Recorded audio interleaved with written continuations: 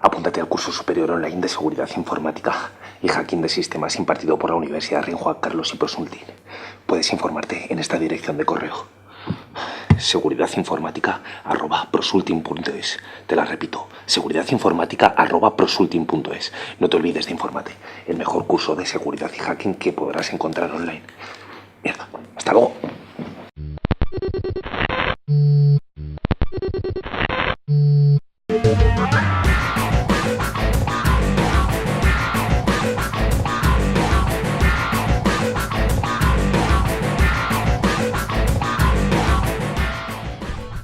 Y de vuelta en Mundo Hacker, programa 6323. Yo no soy Antonio Ramos, soy el hijo de Antonio Ramos, después de estar 30 años con vosotros. Bueno, hemos vuelto, gracias por vuestra paciencia, hemos estado preparando algo interesante de A Black Hat, que estuvo nuestro compañero Yago Hamsen, invitado de reportero en ella. Espero que lo veáis en la última sección del programa. Y el tema que traemos hoy es bastante interesante, que para nosotros pensábamos que todo el mundo debe saber, y es la criptografía. El cifrado de datos, etcétera. Y qué mejor que eso, tener a colaboradores habituales como de costumbre. Rubén Martínez, con nosotros. Hola, ¿qué tal? Soy alias Anonymous. Rubén, muy bien. Con nosotros Jean Paul de vuelta, de que ha estado fuera una temporada. Hola, ¿qué tal? Bienvenidos al programa.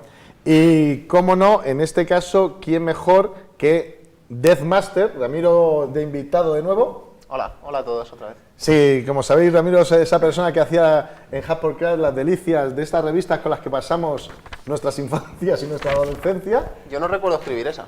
Joder, ¿quién ha metido las revistas porno entre la de Hack4Crack? Aquí tenemos distintos talleres criptográficos que Ramiro escribió. Y bueno, lo que debo definir es, ¿qué es la criptografía? Y qué mejor, Ramiro, estaba para ti. Pues la criptografía, digamos, es un arte o ciencia que se encarga de, digamos, ocultar o dificultar la lectura de los mensajes. Forma parte, junto al criptoanálisis, de lo que conocemos como criptología, que es un campo que abarca, digamos, las dos vertientes. Criptografía, que se encarga de ocultar, digamos, el acceso a la información, de dificultar el acceso a la información, y criptoanálisis, que se encarga de acceder de forma ilegítima a información que ha sido cifrada. Vale. No queremos que nuestras esposas sepan de nuestras amigas. Aventuras amorosas. Claro, entonces lo ciframos, eso estamos diciendo. Utilizamos Sí, es uso criptografía. más extendido ese, sí. Bien, entonces tenemos que criptografía, pues es eso, podemos decir que es una ciencia, ¿no?, que utiliza los métodos lingüísticos para hacer inteligible un texto claro ante intrusos como nuestra esposa, o personas que digamos que no los lean, ¿no? Rubén, ¿quieres aportar algo? Te ves un poco pálido, Rubén. Sí, es que la verdad es que esta careta me fastidia un poco. Bien, pues estamos en criptografía y sí sería importante saber que muchas veces confundimos el codificar con cifrar o encriptar. Encriptar no, eso no, Sí, no lo digáis. Eso no me claro gusta. en este programa, Sí, que sí, no sí. es encriptar. Cada vez que Por favor, dices no. encriptar, ¿mueren Sí. cuántos gatos? Cada vez que dices encriptar, Dios mata a un gatito. Y los Encriptar, gatitos son encriptar, como las encriptar, direcciones encriptar, IP versión encriptar, 4 encriptar. que se acaban, ¿sabes? O sea, que no hay más. nos estamos quedando sin gatos. Sí, sí, sí. Y es culpa de Encriptar. Es culpa de Jean Paul. Vale. Codificar. Entonces, ¿qué entenderíamos cuando hablamos de codificar? Bueno, Codificar, la diferencia entre codificar y cifrar. Codificar simplemente es expresar una misma información de una forma distinta. No estás ocultando o dificultando el acceso a la información. Formas de codificación puede ser simplemente distintos lenguajes, lenguaje natural, inglés, castellano, francés. O hablando ya en jerga informática, codificación ASCII, Unicode, Base base 64. 64, pero realmente ahí siempre se está transformando la información de la misma forma, Claro. y esa transformación es la transformación de codificación. Se habla en código, se dice algo, Exacto. pero se entiende otra cosa. Vale, Quiero bueno, echar un polvo. ejemplo- No es que quiera echar un polvo. Realmente es un error muy común y se ve mucho en televisión, en películas, series, que dicen, está en código, está codificado. Bueno, Está codificado, ¿no? es un error muy común. Si tienes 24 segundos y una tía de rodillas para, O sea, romper está la cara. codificado, se puede leer de otra manera. Está cifrado, es que no se puede leer. Vale. ¿Quieres aportar algo, Rubén? bueno, digamos que el hecho de codificar, un ejemplo claro podría ser de hola en español, que sería, y hello en inglés, ¿vale? Digamos que fonéticamente y sintácticamente y morfológicamente son completamente distintos, pero el significado es lo mismo, ¿vale? ¿Y no sería más fácil el ejemplo que en el número 27 de Hack4Crack Original aparece donde mamá en minúscula, mamá en mayúscula? También. Una manera de codificar. Me suena ese ejemplo. Bien, y cifrar, Cifrar, porque ya hemos acabado con codificar. Cifrar lo que hacemos es aplicarle, aparte de un algoritmo, una clave, ¿vale? Y el paso es el siguiente. Tenemos un texto plano o texto en claro, y ese texto lo que vamos es aplicarle un algoritmo y una clave, que lo que vamos a sacar de ahí va a ser un texto cifrado o un criptograma, también conocido. El Rubén viene bien preparado. Sí. Jean-Paul. Sí, hoy día viene bastante inteligente, Rubén. Aparece un concepto muy importante, que es la clave. La clave es el corazón, podemos decir, del cifrado, ¿no? Sí. ¿Qué aporta en este caso la clave? Que podemos utilizar un algoritmo. Pues la cosa está en que cuando nosotros queremos cifrar, nosotros aplicamos unas transformaciones de cifrado y ocultamos, digamos, el mensaje. Pero claro, luego eso lo queremos recuperar. Entonces, tanto el proceso de transformación en el sentido de cifrado como en el sentido de descifrado tienen que ser procesos que funcionen de una manera explícita, una manera unívoca y que seamos capaces de recuperarlos. Entonces, claro, un proceso de transformación unívoco, pues entra el concepto de algoritmo. Es un algoritmo de cifrado. Pero un algoritmo, por su propia definición, debe ser algo unívoco que siempre funcione igual. Es igual. Misma entrada, misma salida, misma entrada aplicada al mismo proceso, obtenemos una misma salida.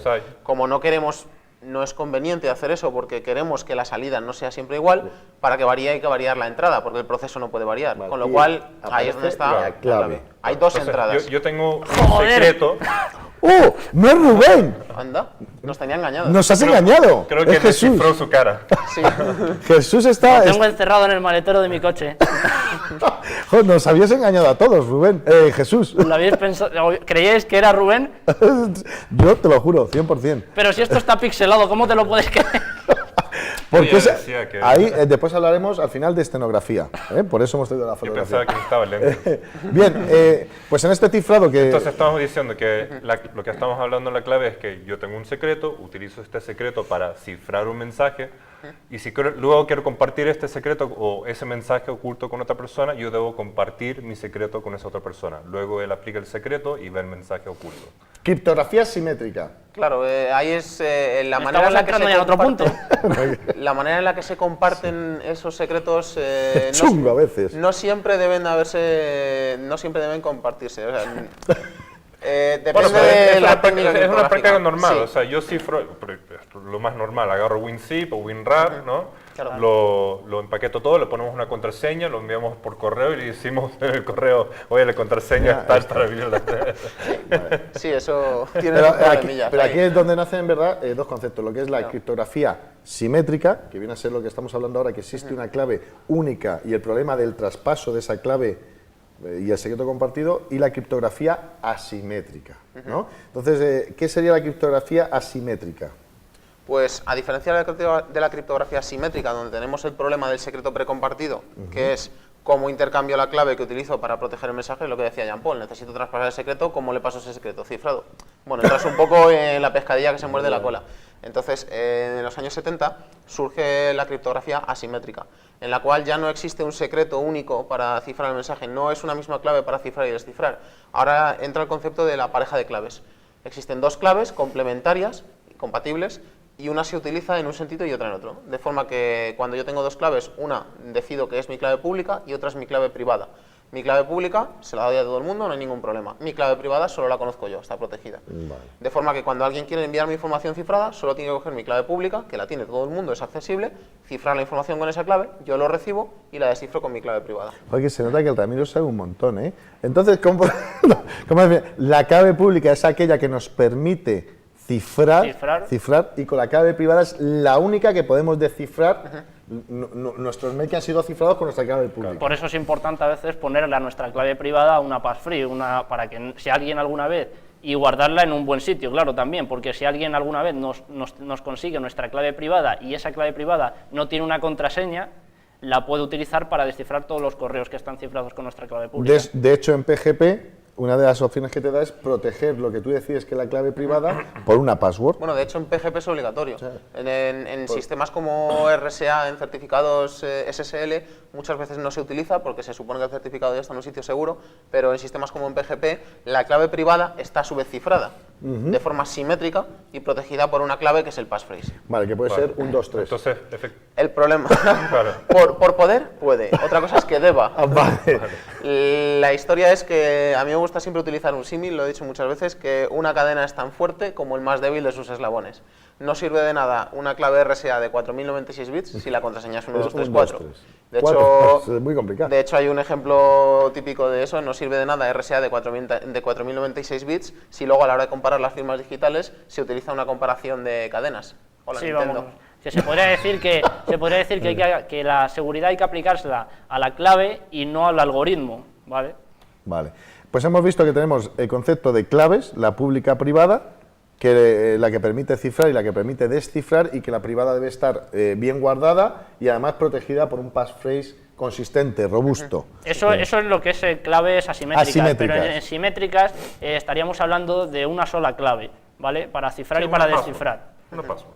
Entonces, era sí. el ejemplo que yo decía, Sí. de enviar algo con contraseña en De hecho, claro, alarma. y ahí estás en riesgo de que tienes que utilizar un canal seguro para poder enviar esa clave, porque si la interceptan pueden llegar a manipular los Bueno, mensajes.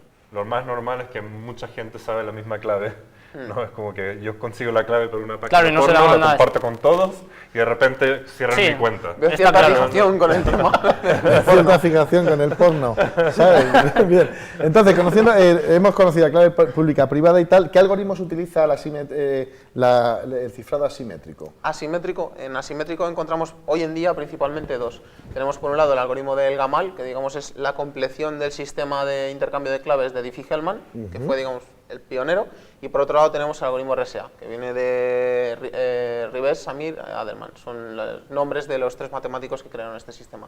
Vale, y con esos son los que vamos a utilizar a la hora de generar nuestras claves. Exacto, No- nuestra pareja de claves. nos pide, utilízame o RSA o el DHDSS, ¿no? Vale. Sí. Y para avanzar, entonces, cuando nosotros ciframos correos y utilizamos la criptografía, en verdad es una mezcla de las dos cosas, de la criptografía asimétrica y simétrica. ¿Y por qué lo es? Lo es porque Esto interesa. ahí es donde entra la base de cómo funciona cada algoritmo. Los algoritmos simétricos que se utilizan hoy en día, como puede ser DES, bueno, DES hoy en día ya no, triple DES, menos también, AES, TUFIS, todos estos se basan en operaciones matemáticas muy simples. O no matemáticas, operaciones como transposiciones, permutaciones, sumas, restas, XOR, operaciones lógicas. Computacionalmente son rápidos. Sí, son muy rápidas porque están implementadas en el repertorio de instrucciones de cualquier ordenador desde hace muchísimos años, requieren muy poco espacio de memoria, un par de registros para hacer la operación y fuera.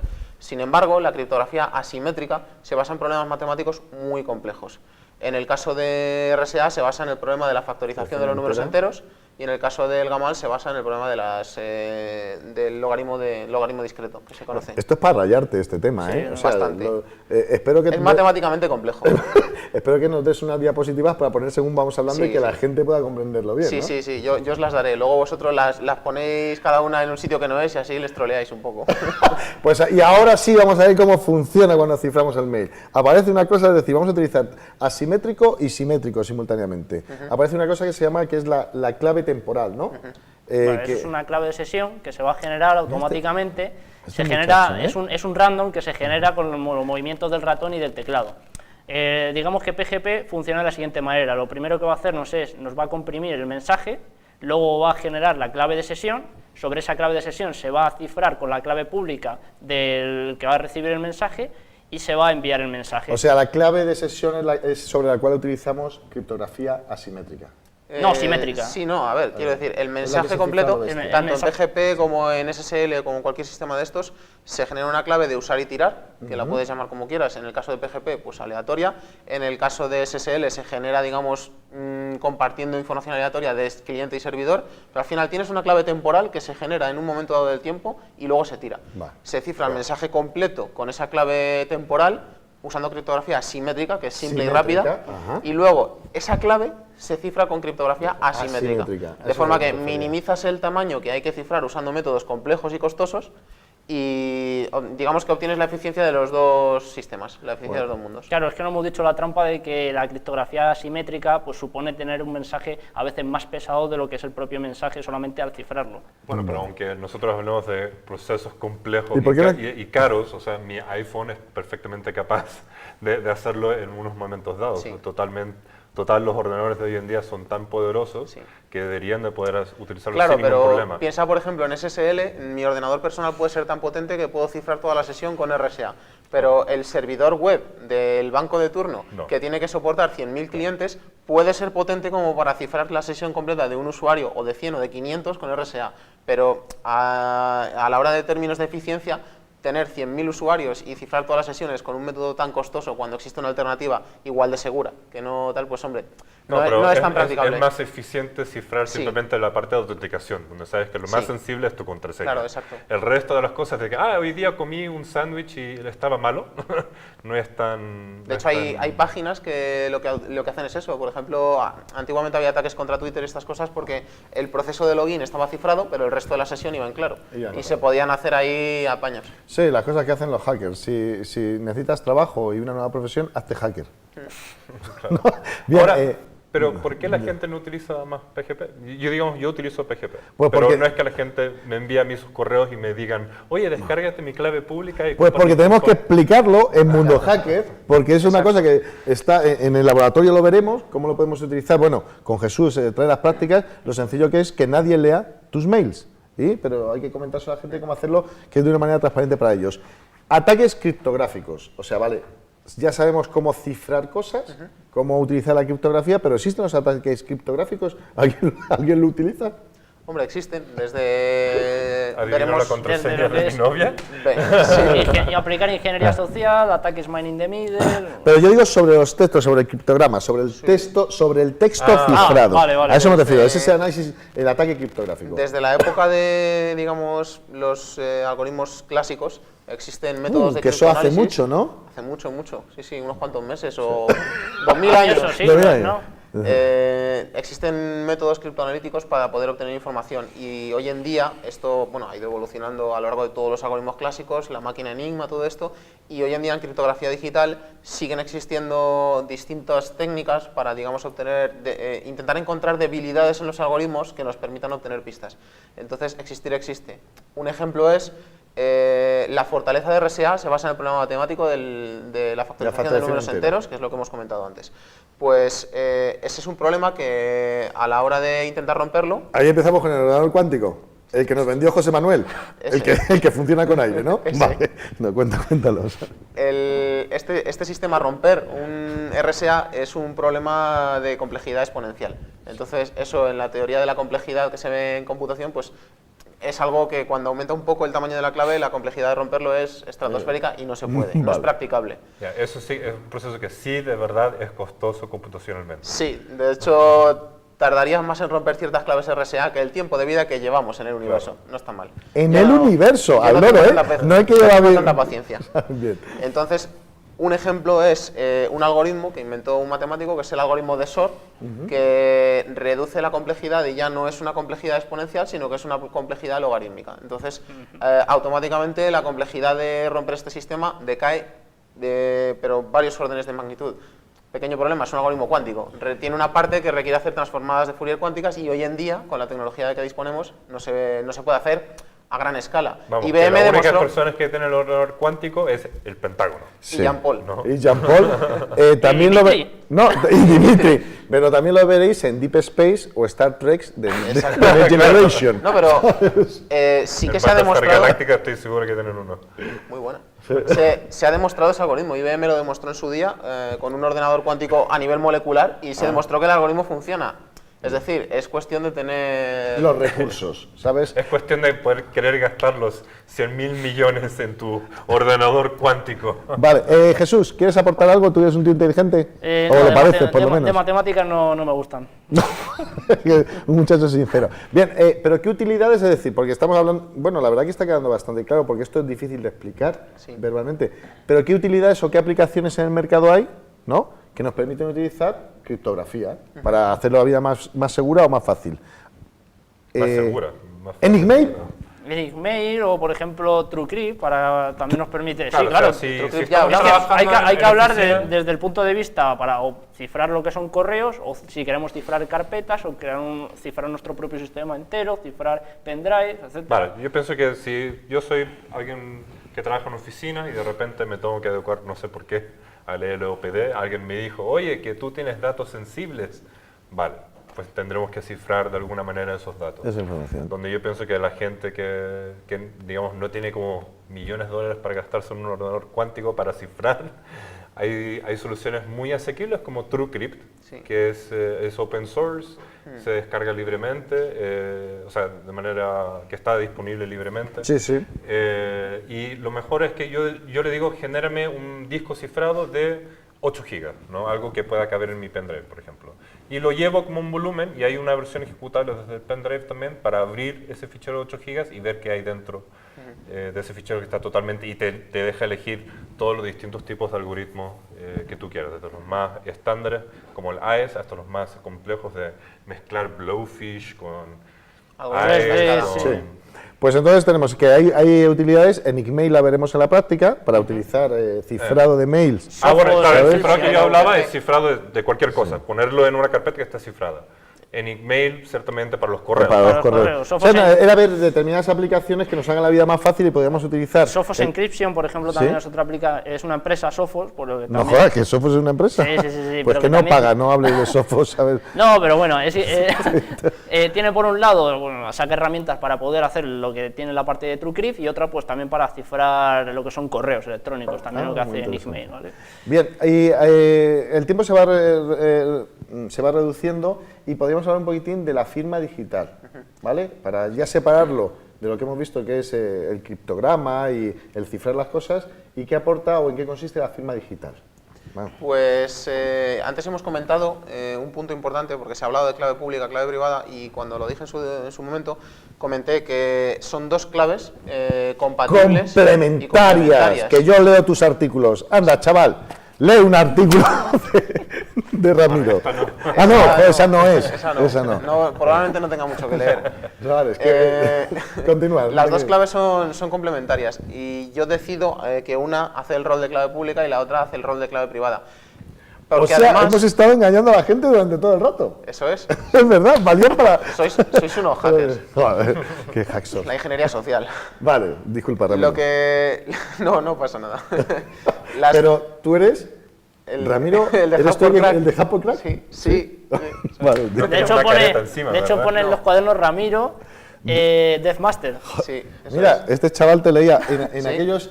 Por allá año 2003, 2004. 2004 debería ser. Empezó por ahí, sí. fíjate. No me acuerdo, pero hace ya unos cuantos ¿Y años. dónde Pues está ya esto? sabéis, podéis hacer vuestras delicias con sus revistas. Esa no. Joder, sí. Antonio. Bien, firma digital. Sí, lo has dicho, son complementarias las claves.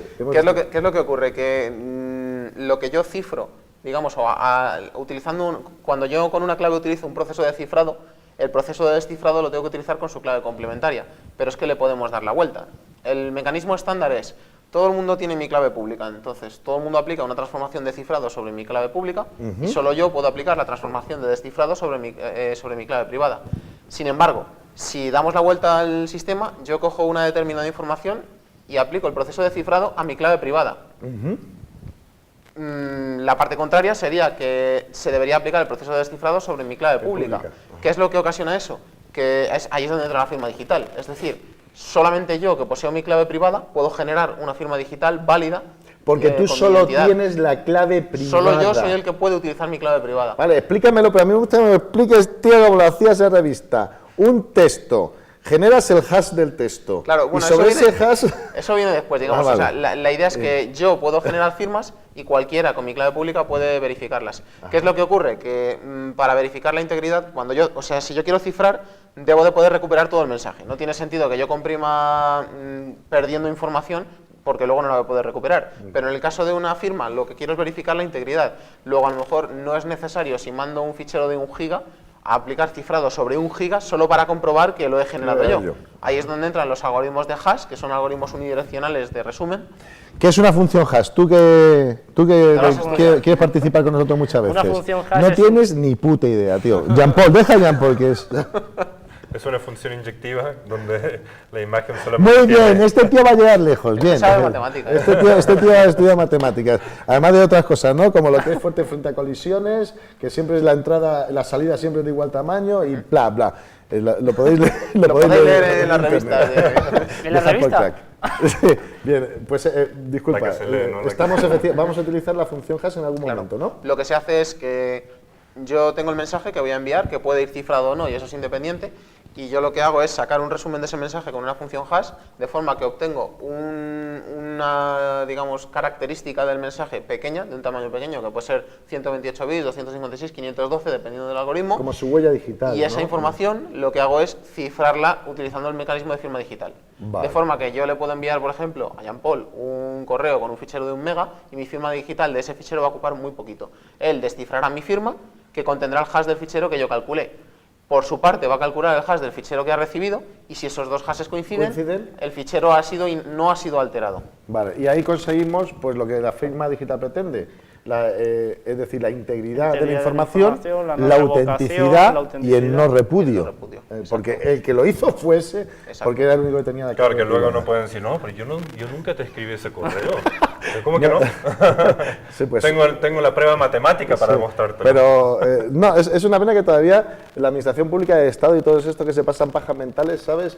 O sea, no, llevamos yendo hacia la firma digital así como 10 años, ¿no? Bueno, De si hecho, la todo firma digital, ¿cuándo se inventó? Esto antes de los 80. La por firma ahí. digital en el 72, creo. Yo pensé que iba a Antes de decir- los 80, yo decía los 80, 72, y llevamos, ¿cuánto? Como 40 años tratando de poner... No, de esta hecho, una tecnología. aplicación que antes comentabais es el DNI electrónico, utiliza este sistema, utiliza certificados, yo en mi DNI electrónico tengo mi certificado privado y está protegido por un PIN, entonces cuando nos autenticamos contra la administración y hacemos cualquier tipo de transacción telemática en la seguridad social o este tipo de cosas, estamos utilizando el mecanismo criptográfico asimétrico, el híbrido, digamos, para obtener información a través de Internet y autenticándonos como ciudadanos con un certificado que nos emite la Fábrica Nacional de Moneda y Timbre. Como ciudadanos, me encanta ese término. Ellos están para protegernos Ciudadanos del y mundo. para espiarnos. Bien, pues ya, el tiempo ya va siendo reducido. Se le ocurrió a Jesús también maneras de ocultar la información o hacerla inteligible, pero en este caso es ocultar, sería introducir un poquitín. Estenografía, dijiste. No tiene nada que ver con el programa. ¿Sabes? Bueno, es otra manera de ocultar Es otra información. manera, ¿no? ¿Qué es la estenografía? La estenografía consiste en ocultar información, pues en este caso en fotografías, pero también se pueden ocultar información. en tías, en tías pelotas. En la rusa, Antonio. En la rusa. Sí. De manera Dimitri. que lo que hacemos es, por ejemplo, pues, ocultar, puede ser desde un troyano, como hemos hecho bindeando siempre. Que O se un ha hecho, mensaje, o un que queremos mensaje. intercambiar. Un mensaje. Sí, un mensaje, en este caso un Yo mensaje. creo que eso se llama un mensaje. Sería como que si yo empezase a leer contigo este libro, pero utilizo la estenografía para ocultar el mensaje de verdad. Efectivamente, sexo de verano. Pues no, yo pienso que será un tema, no, será un Sí, programa, eso. podemos dedicarlo a este tipo de técnicas de introducir información en cosas que son una cosa, pero que además llevan residente eso, ¿no?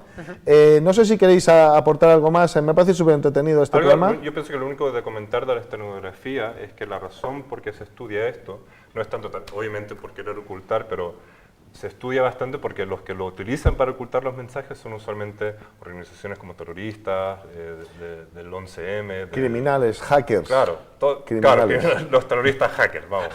Los terroristas, hackers, criminales. Claro, como Bueno, Dimitri. otra cosilla más para comentar es lo de los anillos de confianza. Oye, ¿vale? es verdad, eso es importante. Sí, no, bien. Vale, no sé entonces- lo que es, pero dilo. Los anillos de confianza lo Suena que realmente importante. es firmamos esa clave pública de una persona que nosotros verdaderamente creemos y confiamos en ella, y pues de esa persona pues va a tener varias firmas también de otras personas, de manera que nosotros vamos a confiar. En un ejemplo sería Pedro tiene una firma, ha firmado la clave pública de Ana, y Ana pues tiene la de sus amigos. Entonces, si nosotros, como confiamos en Ana, creamos un círculo, un anillo Relaciones de de confianza confianza. relacionado no solamente con Ana, sino con sus amigos también. Claro, yo pienso que antes de entender lo de que es el círculo de confianza, yo pienso que la gente debería entender esto de cómo confío yo en alguien que nunca he conocido, ¿no? Joder, Y ¿y eso cómo es? claro, Eso y ese es lo que pretende casi también el anillo de confianza, en el sentido de que si es todos como tenemos nuestras claves, ¿no? Facebook a lo bestia. Claro, básicamente Facebook es A lo lo bestia. bestia. De repente tengo toda esta gente de mis juegos y yo no te conozco. Bien. Bueno, si Ramiro, por ejemplo, dice, oye, Jean-Paul, puedes enviarle este correo a Antonio, y yo, porque te conozco a ti, yo firmo la clave pública de Deathmaster, ¿no? Y te lo doy a ti firmado. Y tú dices, porque Jean-Paul firmó esta clave, yo puedo utilizarla en mi anillo de confianza, y tú ya cuando recibas sus correos, tu correo electrónico dirá, no, tú confías en este correo. ¿Por qué? Porque tú confías en mí y yo confío en él. Sí, es como la relación de confianza entre los servidores, una cosa así. Sí, de hecho, esto entre usuarios no se usa mucho, se usa en los ámbitos en los que, digamos, se usa, por ejemplo, en empresas de seguridad y demás. Yo pienso que es como, si tienen distintos niveles de confidencialidad, o sea, si hay información confidencial, tienes un anillo. Claro, que habrá solamente diferentes se anillos también. distribuye a gente que es executive o tiene necesidad de ver esa información. Pero realmente esto en la práctica hay un esquema similar, que es las firmas digitales entre autoridades de certificación en SSL, que SSL lo utilizamos todos, la seguridad en web, y realmente se basa en lo mismo. Existen unas autoridades certificadoras que están arriba del todo y en las que nos fiamos por defecto, cuidado no se te caiga una, y si un banco quiere utilizar SSL, lo que hace es pedirle a la autoridad de certificación que firme su certificado. De forma que cuando tú en tu navegador te conectas a la página del banco, te bajas el certificado del banco con la firma, compruebas contra la autoridad certificadora que está instalada ya en tu navegador, ves que es correcta y entonces adelante. Y si no lo es cuando salen estos errorcitos, que te dice, atención, no se ha podido comprobar la integridad. Que fue básicamente cuando esa vulnerabilidad la explotaron cuando atacaron... A Comodo. Fíjate, joder. ¿Qué es lo que tiene? Aquí, no, verdad, no, aquí esta gente, en Mundo Hacker se ha dado cuenta, la gente está muy puesta en tecnología. Bueno, pues vamos a ir concluyendo. Y seguimos siendo pobres, no sé por qué. Suele suceder, ¿sabes? Bueno, lo importante de esto es, el programa de criptografía da mucho que hablar. Yo quiero que sea una primera parte de la introducción al análisis criptográfico y contar contigo de invitado para la parte 2. Siempre que comentaros que veáis la parte de Black Hat, que Yago Hamsen ha hecho un esfuerzo importante yendo de reportero invitado a la Black Hat, tomando secuencias, entrevistando gente. Me parece que por respeto a Yago y su contribución hay que verlo. Y tan solo agradecer a los de siempre, a los colaboradores habituales como siempre, su tiempo por estar con nosotros. Gracias, Jesús. Muchas gracias. A Jean-Paul también, como siempre. Hasta luego, happy hacking. A Ramiro, que haya estado por segunda vez con nosotros. Encantado, hasta la próxima. Tan formal de él. Y yo tan solo deciros que os veo en la siguiente sección, que es Welcome to the Real World. Welcome to the real world. Pues estamos en la sección de Welcome to the Real World con Ramiro con nosotros. Gracias por estar con nosotros y traernos un ejemplo práctico, ¿no?, de ataques criptográficos, ¿no? Sí. Y coméntanos un poquitín con qué herramienta vamos a hacer y qué vas a hacer. Bueno, pues esta herramienta que tenemos aquí se llama CrypTool, es una herramienta educativa de un entrenador, digamos, de criptografía. Es una herramienta que sirve para aprender un poco las cosas básicas. Como hemos comentado antes, pues esto se orienta más a criptografía más clásica.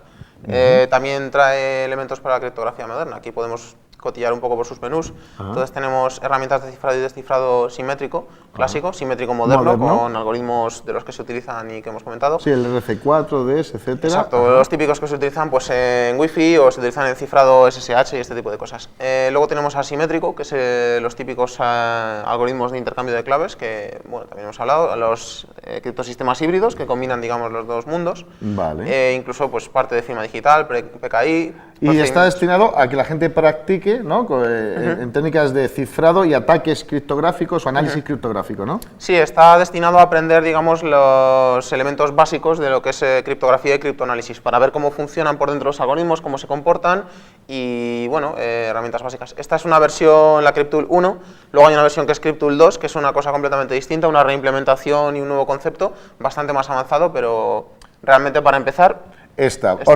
CrypTool versión 1.43. En la página .org del proyecto lo tendréis para descargar. Bien, ¿y qué es lo que vamos a ver así, ejemplitos para que hayas traído algo así simple? Sí, bueno, pues vamos a ver algunas cosas que tenemos aquí. Entonces, vamos a abrir primero este Ejemplo 1. Entonces aquí vemos algo que parece ininteligible. Claro, no, es que eso no es ni el tato. Esto parece algo muy extraño, pero realmente esto está cifrado con uno de los mecanismos más simples de criptografía que se conocen, que es el algoritmo de César. Pues ya me parece difícil. Sí, así a simple vista no, pero realmente esto lo que tiene es que, bueno, el algoritmo de César, conviene decirlo, lo que hace es una sustitución monoalfabética. Cada letra se sustituye siempre por la misma letra. En este caso es un desplazamiento del alfabeto. Entonces, ¿qué es lo que ocurre? Si nosotros aquí vemos la frecuencia con la que aparecen las letras en este texto cifrado, vemos aquí un histograma. Sí, una estadística descriptiva normal. Aquí vemos la distribución porcentual de las veces que aparece cada una de las letras, ¿vale? Esto en el texto que tenemos cifrado. Por otro lado, nosotros podemos abrir un texto de ejemplo en castellano, ¿vale? Sí. Por ejemplo, Cryptool trae ejemplos ya incorporados. Sí, para practicar. En este caso, pues el Génesis, el capítulo de Génesis de la Biblia en varios idiomas. Pues si abrimos el Génesis en castellano y lanzamos nuevamente el análisis del histograma, veremos que, bueno, aquí tenemos una distribución que, aunque las letras no son las mismas, ahí va, que lo pierdo, las letras no son las mismas, pero realmente la curva de las frecuencias pues tiene bastantes similitudes. Sí, o sea, la A en el caso del español aparece Si lo desplazamos muchísimo, aquí, ahí está. como vemos, esto pues tiene una similitud bastante alta. No siempre encaja exactamente, porque realmente un texto, para que las frecuencias converjan a los mismos valores, deben de ser los textos muy grandes. Si analizas el Quijote y la Biblia, posiblemente coincidan al decimal. Si analizas un texto corto, como en el caso de lo que tenemos aquí, pues no. Sí, es lo que llamamos que la muestra se acerca al espacio muestral, al total del universo. Se nota que sabes de Sí, matemáticas. alguna vez estudié algo de eso.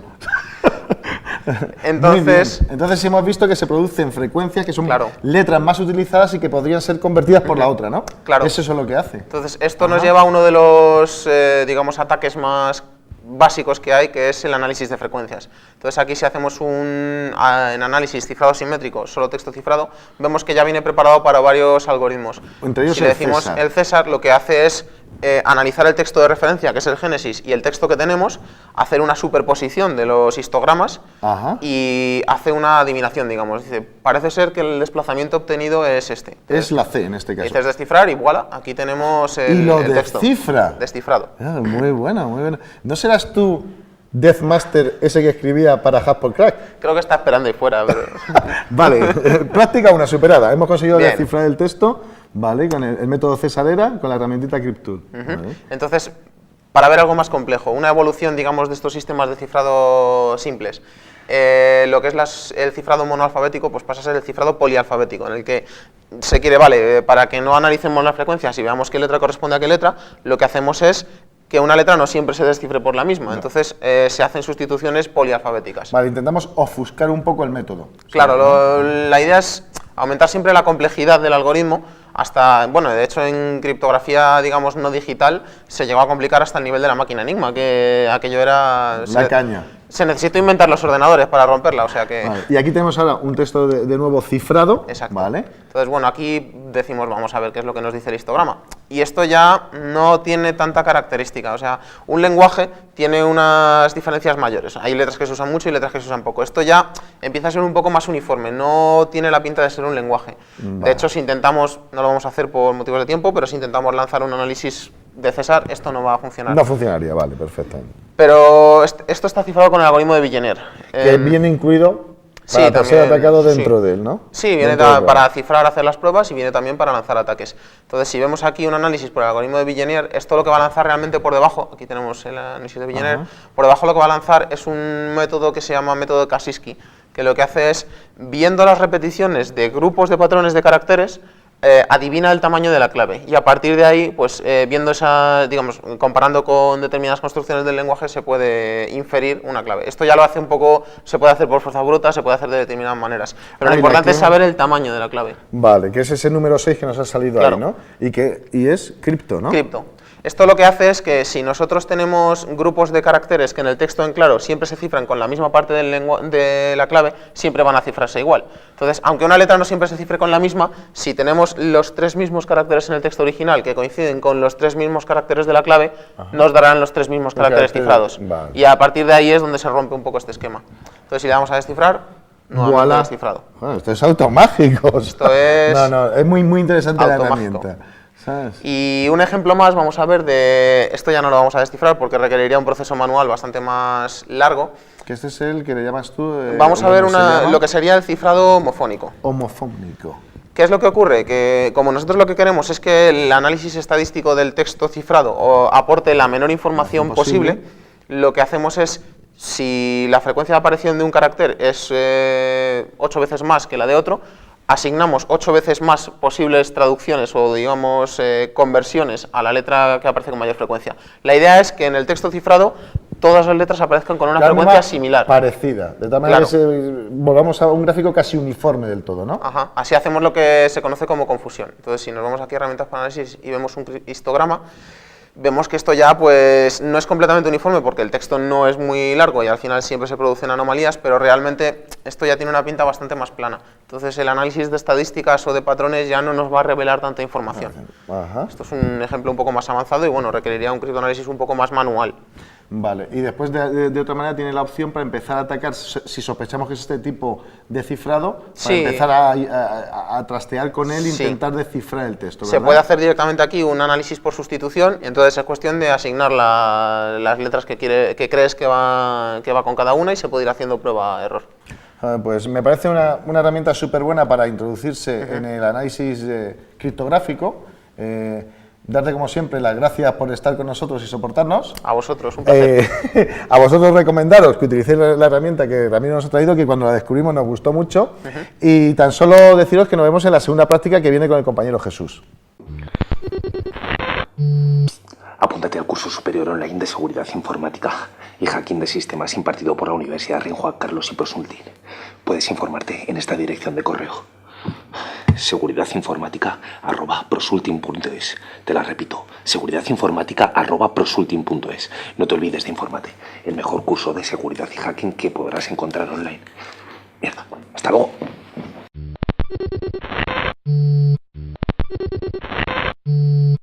Y estamos de vuelta en el taller 2, donde vamos a ver criptografía aplicada con herramientas, y dar las gracias a Jesús por estar con nosotros. Muchas gracias, Antonio. Y cuéntanos un poquitín de qué es lo que vamos a ver. El Bueno, uso de... Enigmail, en este caso Enigmail, ¿vale? Enigmail es una herramienta que nos va a permitir cifrar los correos electrónicos, ¿vale? Para ello tenemos que tener una serie de requisitos, como tener instalado en el equipo Thunderbird, O sea, primero, tenemos que tener Thunderbird. instalado. Lo siguiente será tener también PGP instalado en nuestro sistema, ¿vale? Instalar también Enigmail, ¿vale? Enigmail viene a ser, o sea, tengo Thunderbird, Enigmail viene a ser una especie de plugin. Es un plugin. Que agrego, Es un plugin que lo agregamos desde herramientas, Sí.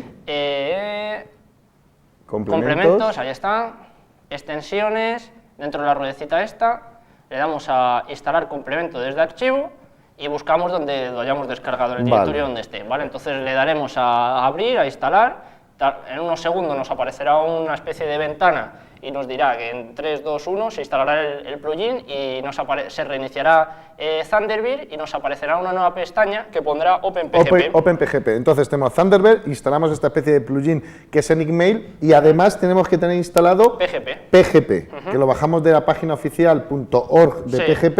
y ya está. Ajá. O tú también lo has instalado con el... Con GPG for Win. Vale. Que es otra herramienta que puedes instalarlo con Cleopatra y bueno, trae varias herramientas más para cifrado de correos. Bien, pues en el momento que ya tengo configurado, es decir, ya estaría en disposición de generar esas famosas claves pública y privada que hemos estado hablando, ¿verdad? Vale. Entonces, vamos a la pestaña de OpenPGP y tenemos dos maneras de generar nuestro par de claves: o ir a administración de claves o utilizando el asistente de configuración. Administrador de claves, a lo macho. Vale, a lo macho, vamos a ir a lo macho. Vale. Entonces, mira, por defecto hay veces que la primera vez que instalamos Enigmail no nos viene chequeada esta pestaña, entonces es bueno chequearla por si tenemos algunas claves que ya las hayamos guardado. Sí, claves públicas que nos ha enviado gente, etcétera, sí. O las nuestras propias. O las nuestras creadas. propias. Este va a ser nuestro contenedor de claves, ¿vale? Entonces chequeamos aquí en mostrar por defecto todas las claves y nos aparecerán. Vemos que ya tenemos algunas, ¿vale? Vale. Entonces, para generar nuestro par de claves, pública y privada, vamos a generar y nuevo par de claves. Entonces, aquí tenemos varias opciones, que tenemos la de la clave expira dentro de X tiempo, ¿vale? Luego también en avanzadas podemos decirle el tipo de algoritmo que va a utilizar, RSA, RSA, en este caso. está bastante bien. Y luego en la frase clave es la clave que se le va a aplicar a nuestra clave privada. Vale, la famosa passphrase que hemos hablado. Es decir, ¿Por qué? Porque si alguien en algún caso nos coge nuestra clave privada, pues podría descifrar todos los correos que nos manden con nuestra clave pública. y por eso lo protegemos con una password que sea aceptable, que sea dura, de tal manera que el objeto más importante para proteger es nuestra clave privada, y por eso le ponemos esta contraseña, ¿no? ¿Vale? Vale, pues tú ponle 1, 2, 3, como siempre. 1, 2, 3, 4. Vale. 1, 2, 3, 4. Vale. Recordamos que deben de ser complicadas, ¿eh? Y le damos a generar clave. Está asociada a una cuenta de correo, Está en asociada este a la caso, cuenta de a la de correo, Yago Ramos. ahora en este caso es la única que tenemos nosotros, porque si vamos aquí, antes de generarla, en cuenta y de user, pues nos aparecerán aquí las cuentas que tengamos nosotros agregadas dentro de Thunderbird. Vale. Entonces, como solo tenemos esta, la de Yago Ramos, que es p3@grupodata.com, Perfecto. pues seleccionamos esa y le damos a generar la clave. Entonces, ahora se va a generar el par de claves, tardará un poquillo, empieza a generarlas y también nos va a aparecer, nos va a generar nuestra clave de revocación, ¿vale? Un certificado de revocación. En caso de que este sea manipulado, pues generamos el certificado de revocación para que se anule. Para que esta clave deje de tener vigencia y nadie Eso pueda es. utilizarla. Entonces la guardamos Sí, en un contenedor seguro, donde quieras. y metemos nuestra passphree. 1, 2, 3, 4.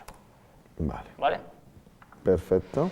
Una vez que tenemos esto, lo que hacemos es importar nuestra clave pública que se ha generado de Yago Ramos y se la vamos a enviar por correo, en este caso, A un amigo, alguien con el que queremos intercambiar comunicaciones email de manera segura. Eso es. Vale, ¿y cómo es la Entonces opción? vamos a enviar claves públicas por correo. Vale, ¿Vale? Se la vamos a mandar a P1, vale. que es Antonio.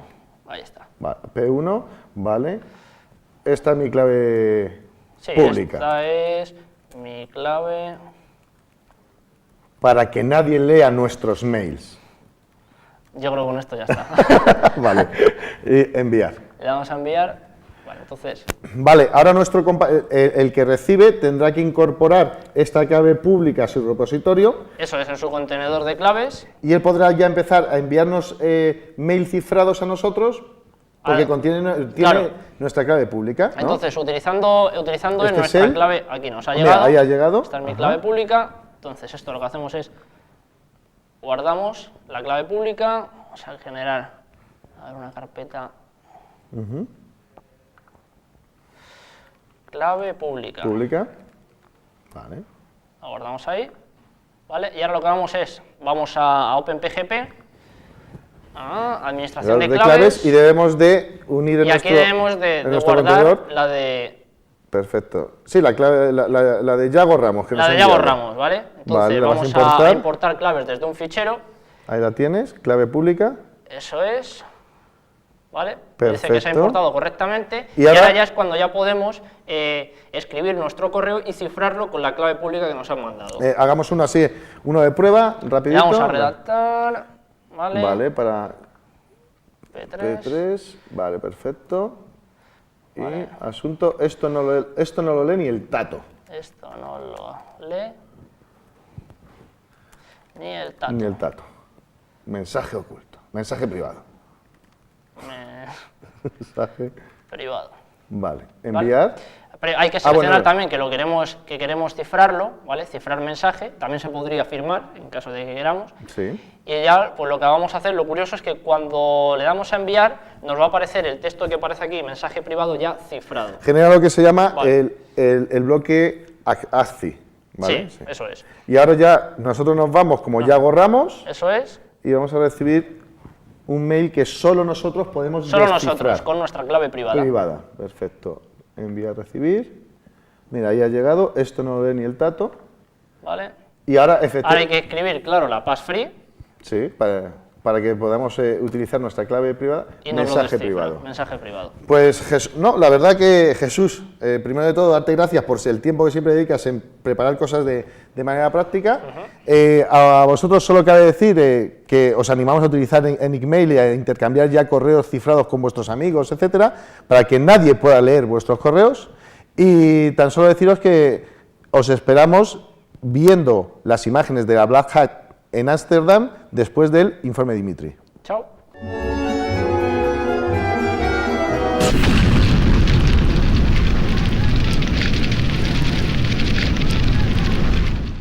Hoy yo, el gran Dimitri, pondré a prueba la Agencia Nacional de Inteligencia. Yo sé que escuchan este canal y enviaré un mensaje encriptado en alguna lengua eslava, porque yo domino bien esas lenguas. Les tengo troyanizados. ¿Acaso que ellos consiguen desencriptar mi mensaje? Lo sabré.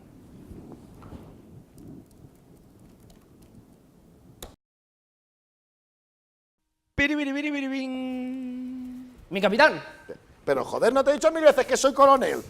hay actividad en el canal. Creemos que hay un mensaje para todos los hackers del hacker número 1.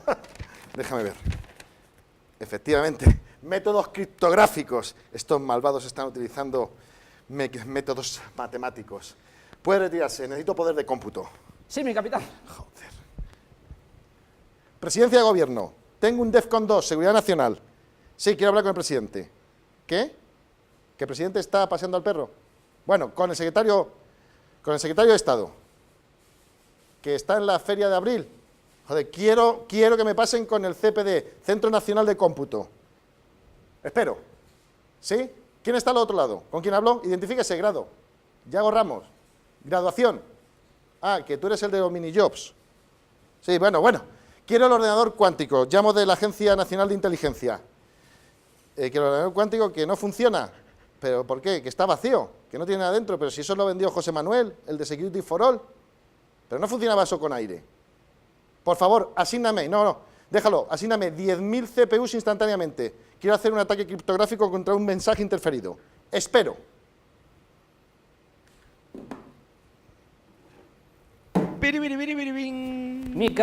Coronel, Sí, llámame capitán otra vez.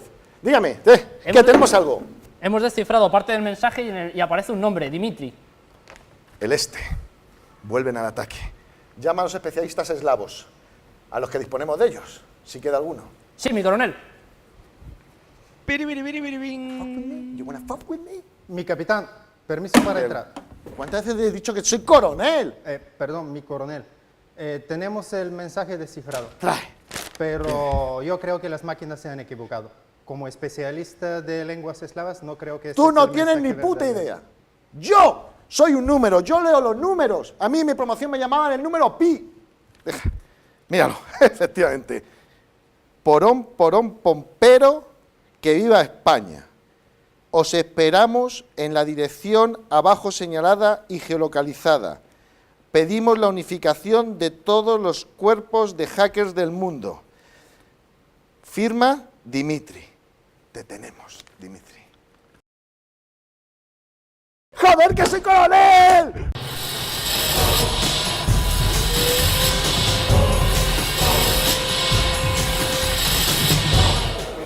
Hola a todos. Estamos aquí en esta edición 2012 de este congreso al que llegamos ayer, que se llama Black Hat Europe, que es uno de los congresos más conocidos. Bueno, yo no lo conocía, no, es broma. Es uno de los congresos más conocidos del mundo y este año celebra su edición 2012 en Ámsterdam, a diferencia de años anteriores que tuvimos la suerte de tenerlo en Barcelona, en España. Sin embargo, en Ámsterdam, la verdad que agradezco que haya sido este año aquí, porque me ha permitido conocer cosas muy importantes de Ámsterdam, como la marcha nocturna, pues los canales, todas esas cosas que hacen que el Congreso tenga un valor añadido, no solamente lo que serían las conferencias en sí, sino en sí el valor añadido del Congreso.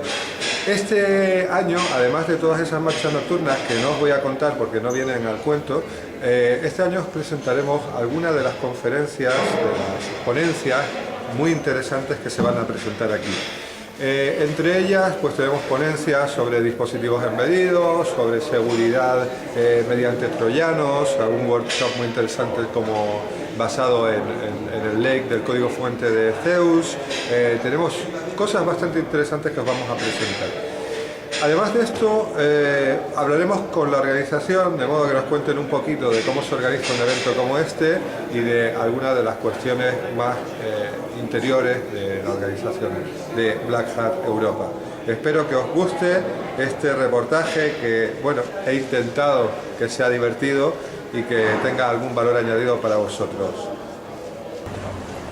Esto también es Black Hat Europa.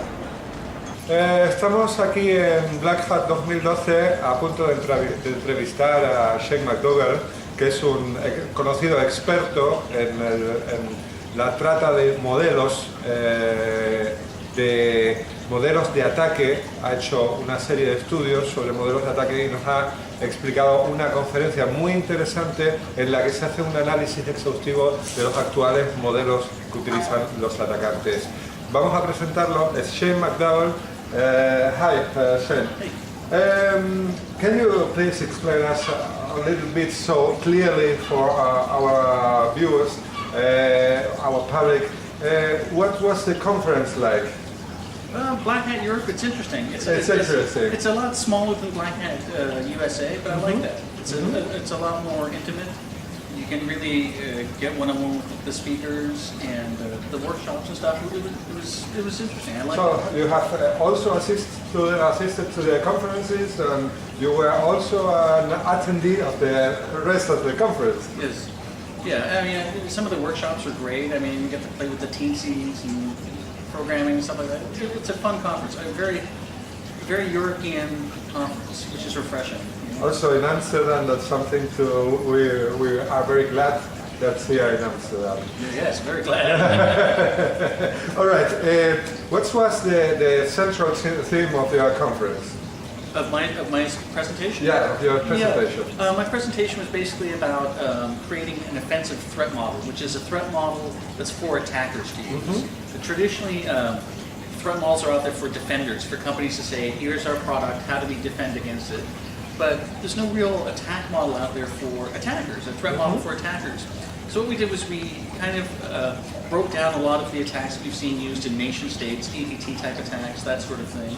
And we, as well as stuff we use in regular pen tests, and kind of broke it down into its essential components and created basically a model for attackers to use. And we try and get away from just traditional targets as well. I mean, anybody can point Metasploit at an enterprise and let it run. The reality is if you're going to get a really pervasive attack, an ongoing attack from many different vectors, you need to expand your traditional threat targets. And that's what we've done in our talk.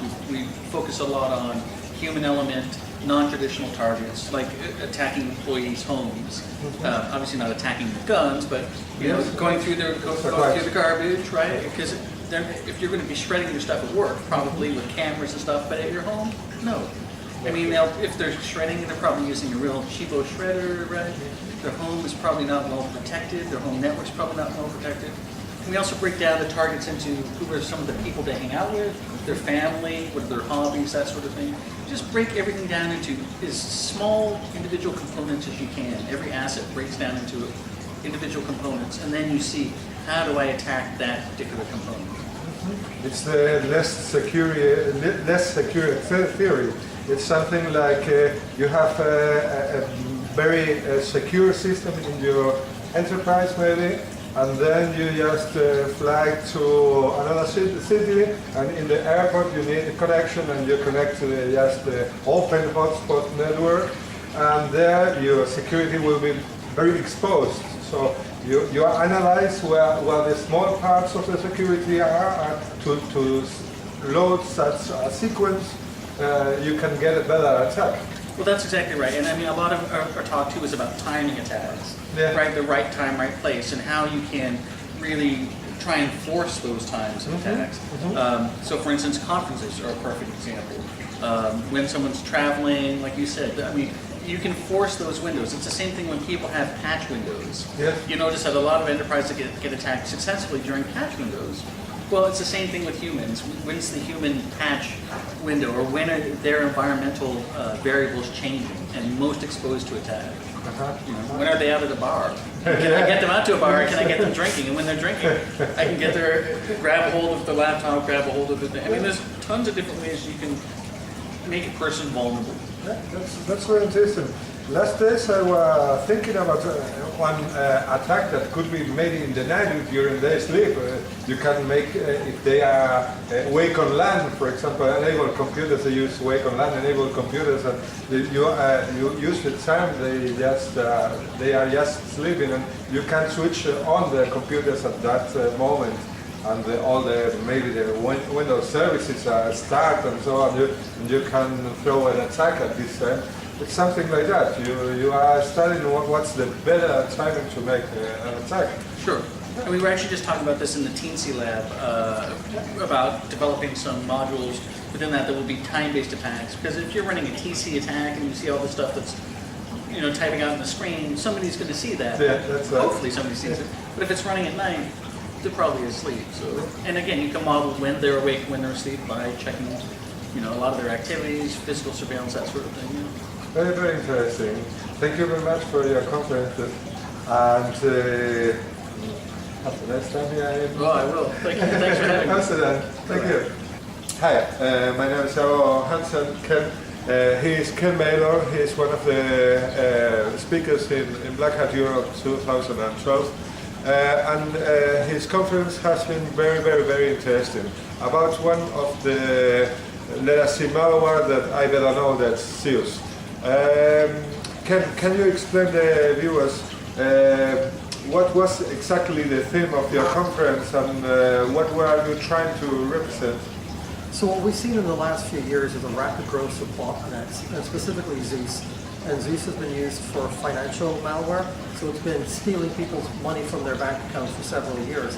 What we've seen recently is now also being used by people who want to do advanced persistent threats. So they're trying to break into companies and steal their information. Mm-hmm. And the Zeus kit, unfortunately, is simple to use to do that. And one of the gaps we've seen is security researchers who are trying to defend their networks just don't really have the experience in Zeus to understand it, and therefore how to defend against it. They can read security journals, they can read intelligent articles, but if you ask them, well, how does it really work? How would I detect it? They really did not know. So what I attempted to do was give a good background on what it is, how it works, and then show people hands-on how to build their own botnet, and therefore they can understand what it's capable of, and therefore how to detect and eventually defeat it. Mm-hmm. Yeah, it's very interesting because I'm in your point of view that to know malware you have to use it to play with it, just to not only as a forensic view, also as a malware view, as a user view. So that was the thing you were explaining in just a little workshop with you about it. Another question: why do you think what's the leak of the source code of Zeus? What was the reason that it could be maybe just accidentally, or there is a more profound, more intense reason for the leak? That's actually, we don't definitively know. What we do know is that there's multiple versions of speculation. One of them thinks that the actual creator of Zeus leaked it purposely. At the time, there was an FBI Interpol operation called Operation Trident Breach.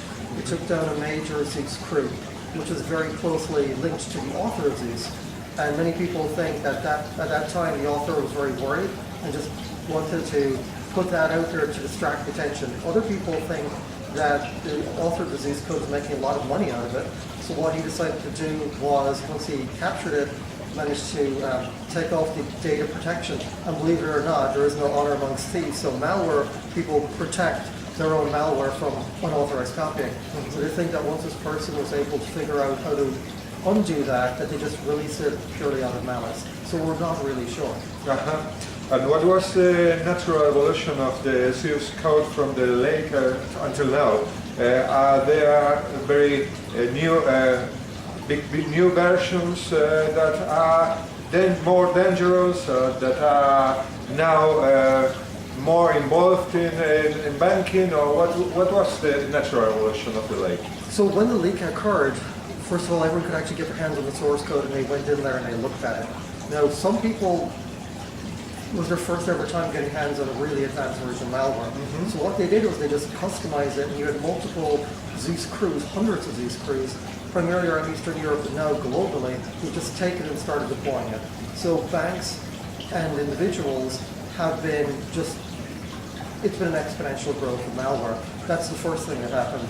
Then you've had people with competitive malware, such as SpyEye, and SpyEye is a competitor to the Zeus malware kit, and they've taken modules from Zeus that Zeus did better than it, and they've integrated it. So that's the second thing we've seen. Then the third thing we've seen is there have been whole new Zeus versions called ICE 9, and a new one called Citadel, which has recently come out, and that's just taking that to the next level, where they're actually offering customer support, feature review, and if you're a malware person, you can contact the Citadel crew and say, hey, I'm interested in a module that does X and Y. And they will actually take money and develop it for you. So Zeus has become a cottage industry, but it's rapidly growing into a much larger industry. Okay, thank you very much for your interview, and that was all for today. Thank you very much. Thank you very much. All right.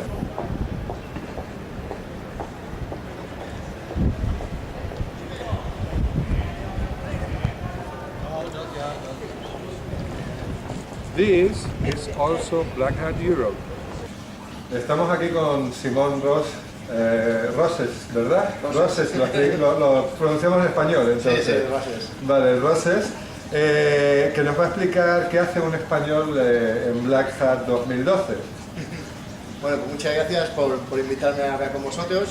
Y bueno, pues yo la charla que voy a dar mañana, por la tarde, pues es una charla sobre vulnerabilidades en aplicaciones móviles, en smartphone. Y básicamente, pues un poco lo que se ha hecho en este proyecto, ha sido un proyecto de un poco de I+D, y básicamente pues ha sido bajarse algunas aplicaciones bastante conocidas, tanto de Android como de iPhone, y se han buscado vulnerabilidades. Entonces mañana en la charla se van a presentar qué vulnerabilidades son, pero no se va a decir qué aplicaciones son para no tener problemas, vamos. Ajá. Estamos hablando de compañías bastante famosas, de banca, redes sociales y bueno, pues puedes imaginar un poco por dónde van los tiros. ¿Y hacia dónde irían estas vulnerabilidades? ¿Qué podríamos esperar de la vulnerabilidad en sí? ¿A qué acceso nos daría? ¿A qué accederíamos? Bueno, pues hay un poco de todo. Hay tipos de vulnerabilidades de que sea scripting, inyección de SQL, contraseñas. He conseguido un montón de contraseñas sin ningún tipo de esfuerzo.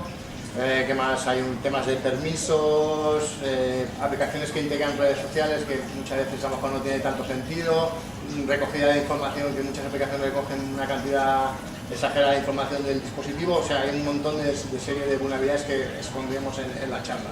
Esa vulnerabilidad dependerá también del manifiesto de esa aplicación, o sea, de los derechos que tenga la propia aplicación en sí para obtener información. Exacto. Hay algunas vulnerabilidades que sí están relacionadas con el manifiesto, otras no. Y del manifiesto también pues hablaremos también de vulnerabilidades en gente que los manifiestos que están mal configurados o requieren demasiados permisos de aplicación cuando no hace falta.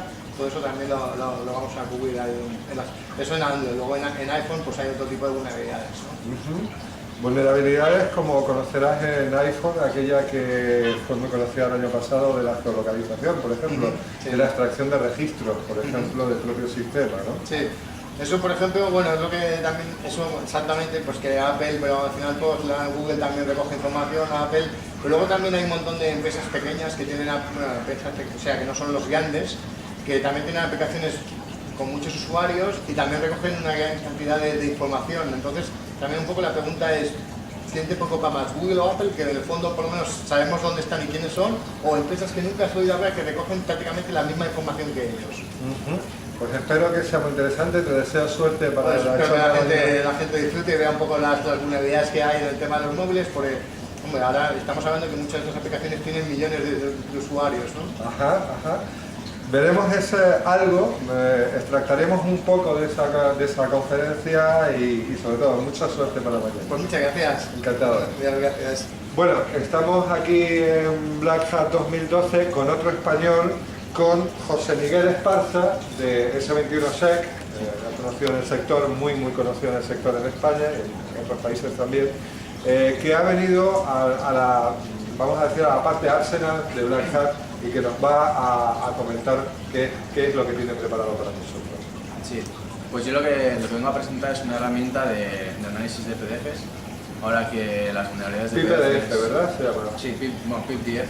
PDF, vale. Sí, que entonces se encarga de analizar los documentos PDFs, intentando saber si son maliciosos o no, si tienen vulnerabilidades o no. Ahora que el tema de PDFs con vulnerabilidades están bastante de moda, como llevan unos cuantos años de moda. ¿Hay novedades en este sector últimamente en cuanto a lo que es vulnerabilidades en PDF? ¿Hay novedades en cuanto a nuevo código, nuevas posibilidades de inyección de código dentro de los propios archivos PDF? Hombre, cada año salen vulnerabilidades nuevas en el formato de PDF, en la Acrobat Reader, y sobre todo, igual hace unos meses se ha incluido también el cifrado, que antes igual no se incluía, el cifrado de los propios PDFs, que se abren directamente sin necesidad de password y que dificultan un poco el análisis de esos documentos PDF. Ajá. En este arsenal en el que estás, bueno, alrededor de cuántos participantes suelen entrar en un workshop de este tipo? Pues depende un poco de cómo se celebran a la vez que las charlas, sí. Depende un poco también de con quién estás compitiendo en las charlas, ¿no? Claro. Pero bueno, por ejemplo el workshop que hizo otro colega de relación con PDFs también, pues que habría unas 25 o 30 personas más o menos a la vez, unas 40. Personas muy dedicadas a este mundo. Claro, porque es un tema muy específico de análisis de PDFs y documentos. Como muy directo. Pues muy bien, lo mismo te digo, suerte con toda esta workshop y felicidades por tu herramienta. Vale, muchas gracias. Encantado. Encantado. This is also Black Hat Europe.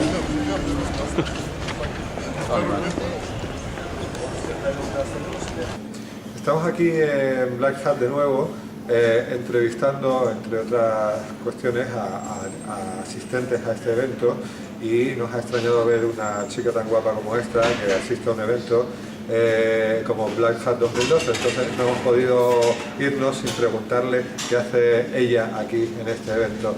Okay, what are you doing here in such an event like Black Hat?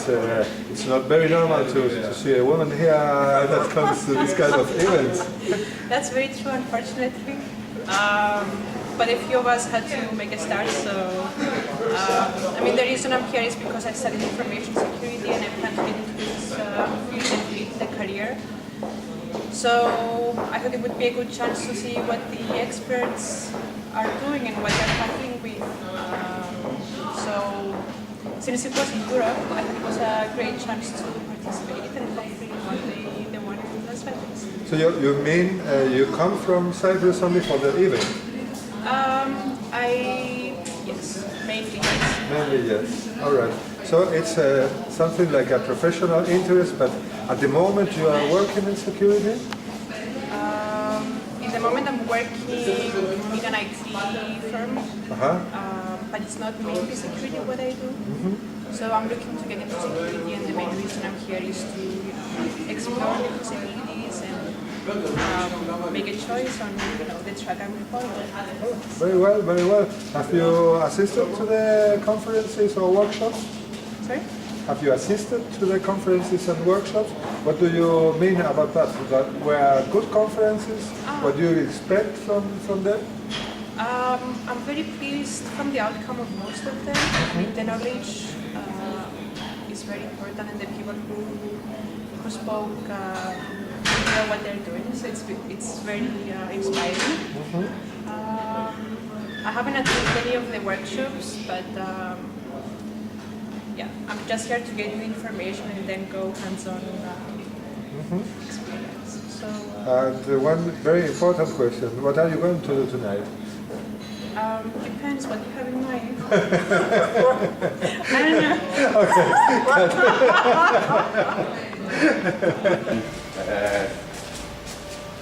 This is also Black Hat Europe. Ok, estamos aquí de nuevo en el evento Black Hat 2012 en Ámsterdam y vamos a hablar con Travis Kellogg, que es uno de los, el principal organizador de este evento 2012 en Ámsterdam. Hi Travis, how are you? Good, thank you. Yeah, okay, we're going to speak about the organization of this kind of event here in Europe. First, I want to ask you if there were any special reason to go out from Spain, and last year was Barcelona and the year before also. What was the main reason to take other country, other place, other city to make the event? Yeah, we just felt that Amsterdam might serve as a better centralized hub for everyone, for the entire security community of Europe. A lot of people can just take a train to Amsterdam and that type of thing. So we really wanted to centralize ourselves a little bit more. Is there any personal reason also for Amsterdam? Is there a place you like to live in? Or? Well, I love Amsterdam, and in fact, we were here 2 years before, and so we knew what a great city it was, and so it was basically a slam dunk to come straight back. We knew it would be a good show. So, has it been easy to organize such an important, such a big event here in Amsterdam? It's easier than other parts because it is such an international city, and they're used to dealing with conferences and lots of external people coming in, and of course the Krasnopolski is a great hotel, and they can handle all of our people. Of course, it's difficult anytime you're organizing an event an entire continent away across an ocean. It can be a little difficult and challenging. But what could be the main difference between these events and the main event? Let us say main event in Las Vegas. We try and tailor the content for. Well, I shouldn't say we completely tailor the content because we try and bring the newest techniques regardless. But we do try and tailor the content to the attendees, and so we would do things that might be more important to the average European, such as we brought a smart meter, hacking smart meter talk, or the vulnerabilities in smart meters, because I've heard that smart meters are such. We did some research and found out that they're really popular and they're taking over here, so people need to know about them. We've had things about chip and pin. That chip and pin hasn't made it to the States yet. So, but there's some definitely security issues with it. Can you tell our viewers what's the typical person that assists to this kind of event? The typical profile. Right. Our typical attendee is the technician. Our typical, because we have such a high level of technical content, it's usually the guy that actually has to implement and do the actual task in the organization. We do have a lot of the CSOs and that type level, but we also have their right-hand man, the really smart guy in the organization that has to that basically tells the C-level people what they should be worried about or what they should be concerned about. Has this changed in the last maybe 15 years that you have been organizing this? Yeah, well, security has become such a huge issue in the last 15 years. When I first started with computers, it was kind of just taken for granted that you would trust everyone. But as more money and more things move online and more tasks and duties, then that stuff needs to be protected. Security needs to follow where the information is, and information is now completely on the web and out there. It used to be in books, and now it's all in the cloud. So. Yes, I see like at the moment the profile has changed since we are speaking many years ago. I also began in the computer security many years ago, and we were a strange group of persons, closed group, hidden group of persons, and now the profile of the people that comes to these events are very different. It's like a business, big business IT corporations that sends people from their employees. Actually, people like you and I should feel a little honored. It's because they're finally coming to listen to us. Is what it is. They realize that this is a very important thing, and a lot of their businesses rely on this, and states and nation states as well. I mean, I'm sure you've heard of it. Many of the nation states consider land is important to defend, air and water is important to defend, and now cyber is the next domain that you have to take against. You have to watch out for. The next business. Yeah, exactly. All right, thank you very much. It's just all. I'm impressed with the organization. I think it's wonderful organized. And it was one of the best events I've been in the last years. Thank you very much for it. Well, thank you very much. We're happy to bring it here, and we can't wait to come back next year. All right, thank you. Thank you. Esto también es Black Hat Europa 2012.